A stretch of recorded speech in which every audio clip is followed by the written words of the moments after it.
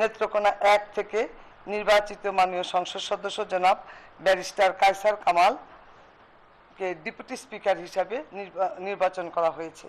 আমি এখন গণপ্রজাতন্ত্রী বাংলাদেশের সংবিধানের 148 অনুচ্ছেদ ও 3য় তফসিলের অনুচ্ছেদ 4 অনুযায়ী মহামান্য রাষ্ট্রপতিকে নবনির্বাচিত মাননীয় ডেপুটি স্পিকার জনাব ব্যারিস্টার কায়সার কামালকে শপথ পাঠ করানোর জন্য বিনীত অনুরোধ করছি। বিসমিল্লাহির রহমানির রহিম। বিসমিল্লাহির রহমানির রহিম।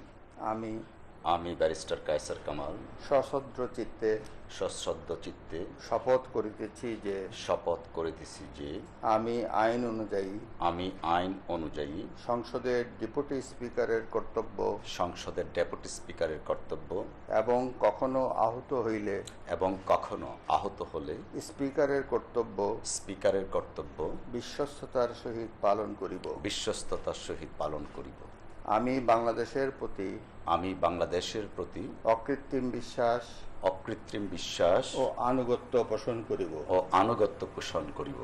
আমি সংবিধানের রক্ষণ সমর্থন ও নিরাপত্তা বিধান করিব এবং আমি ভীতি বা অনুগ্রহ অনুরাগ বা বিরাগের বশবর্তী না হইয়া সকলের প্রতি আইন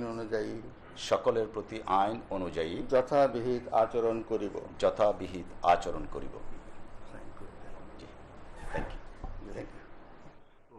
Thank you.